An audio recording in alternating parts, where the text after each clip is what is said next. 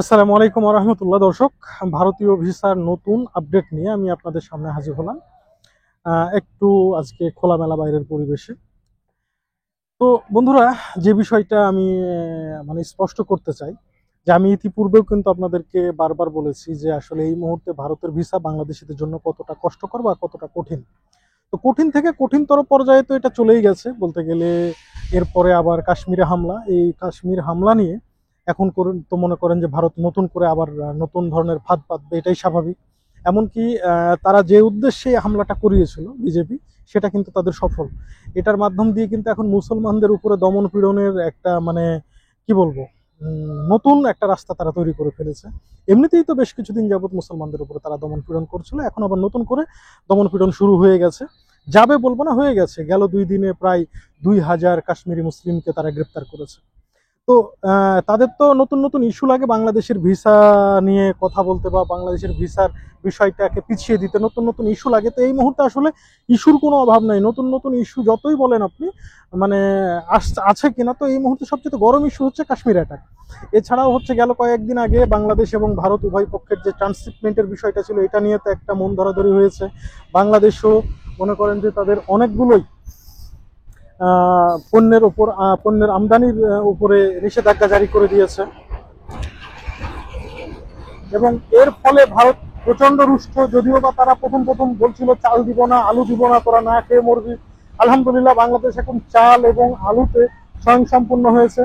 এখন যখন দেখা যাচ্ছে যে তাদের সবচেয়ে বড় বাজার মানে তুলার বড় বাজার ছিল বাংলাদেশ, সেই তুলাটা আমরা যখন নিচ্ছি না, সেই মুহূর্তে কিন্তু তাদের কপালে হাত থেকে গেছে। কারণ তুলার সবচেয়ে বড় বাজারই ছিল বাংলাদেশ। এই তুলা যদি বাংলাদেশ না কিনে, তাদের তুলা চাষিরা অনেকেই কিন্তু না খেয়ে মরবে। ঘটনা কিন্তু সত্য। তো এই বিষয়টা নিয়ে তারা তো এমনিতেই ডিপ্রেশনে রয়েছে। এরপরে কিন্তু আরো বেশ কিছু, আপনারা জানেন গেল 2 দিন আগে আরো বেশ কিছু প্রোডাক্টে রীতিমতো ইউনিস গভর্নমেন্ট স্পষ্ট করে বলে দিয়েছে এগুলো আর আমরা ভারত থেকে আনবো না। যেহেতু এগুলো আর আমরা ভারত থেকে আনবো না, সুতরাং পরিস্থিতি কি হবে বুঝতে পেরেছেন যে এমনিতে নাচুনা বুড়ি, তার উপরে ঢোলের বাড়ি। সুতরাং এখন স্পষ্ট করে এটা বলা যাচ্ছে যে বাংলাদেশিদের ভাগ্যে টুরিস্ট ভিসা তো অনেক দূরের কথা, মেডিকেল ভিসার স্লট যা দুটো একটা দিচ্ছে, এটাও হয়তো আনঅফিসিয়ালি বন্ধ আছে। তো এটা এখন অফিসিয়ালি বন্ধ হয়ে যাওয়াটা সময়ের ব্যাপার মাত্র। তবে আমি বলবো বিশেষ করে যারা মেডিকেল ভিসায় ভারত যেতে চাচ্ছেন, তারা বিকল্প ব্যবস্থা করুন। চীনে যাওয়ার জন্য বিকল্প ব্যবস্থা করুন। যদি সম্ভব হয় আপনারা থাইল্যান্ড বা মালয়েশিয়া যেতে পারেন। তবে ভারতের আশায় আর থাকা যাবে না, ভারতের আশায় না থাকাটাই উত্তম। কারণ ইতিপূর্বে অনেকভাবে ভিসা ম্যানেজ করা যাচ্ছিল, কিন্তু এখন সব পথেই বলতে গেলে মোটামুটি বন্ধ। হিন্দু হলে শুধুমাত্র তারা যদি গ্রুপ ভাবে যায়, এখন সিঙ্গেল কোনো হিন্দুও টুরিস্ট ভিসায় যেতে পারবে না। যদি তারা গ্রুপে যায়, সেক্ষেত্রে তারা টুরিস্ট ভিসা পাবে। সিঙ্গেল গেলে এখন কোনো হিন্দুও টুরিস্ট ভিসা পাবে না। তো এটাই হচ্ছে সর্বশেষ আপডেট। এবং আপনি যদি মুসলমান হন এবং আপনি যদি স্লট পেয়েও যান, সেক্ষেত্রে আপনার ভিসা পাওয়ার সম্ভাবনা জাস্ট 50%। সুতরাং এখান থেকে স্পষ্ট বলাই যাচ্ছে যে আপডেট হচ্ছে আপনারা ভিসা পাবেন না, টুরিস্ট ভিসা পাবেন না, বা কোনো প্রকারের ভিসাই পাবেন না। ভারত বাংলাদেশ সম্পর্কের মানে এখন যে অবস্থাটা, তাতে মনে হচ্ছে যে এক দেশ আর এক দেশ থেকে হাই কমিশনটা সরিয়ে নিলেই বোধহয় বেটার হয়। এছাড়া আর অন্য কিছু সম্ভব না। এবং যারা অনেকে আশা করছিলেন যে খুব দ্রুত পাকিস্তান যাবেন, বাংলাদেশ থেকে সরাসরি বিমান যোগাযোগ চালু হবে পাকিস্তানের সাথে, সেই আশার গুড়েও বালি। যেহেতু পাকিস্তান ভারতের জন্য একদম পুরোপুরি আকাশসীমা বন্ধ করে দিয়েছে, সুতরাং বাংলাদেশ যে ভারতের আকাশসীমা ব্যবহার করে পাকিস্তানে যাবে, সেটাও আর সম্ভব হবে না। সুতরাং এটাও সম্পূর্ণভাবে এই স্বপ্নটা আপনারা কেউ দেখবেন না, কারণ পাকিস্তানেও আর আমাদের পক্ষে যাওয়া সম্ভব হবে না।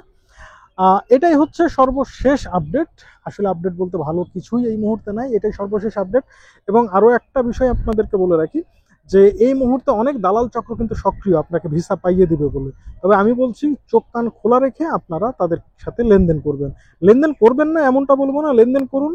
কিন্তু দেখা যাচ্ছে অনেকেই মানে 50,000 60,000 টাকা একটা স্লটের জন্য নিচ্ছে, পরবর্তীতে স্লটও দিতে পারছে না, তারা ভোগান্তির শিকার হচ্ছে। তো ভাই, এত টাকা দিয়ে স্লট না নিয়ে আপনি চায়নাতে চলে যান। 50-60 হাজার টাকা হলে আপনি দেখা যাচ্ছে চায়নার যাওয়া আসার বিমান ভাড়া এর থেকেও হয়তো আরো কম লাগবে।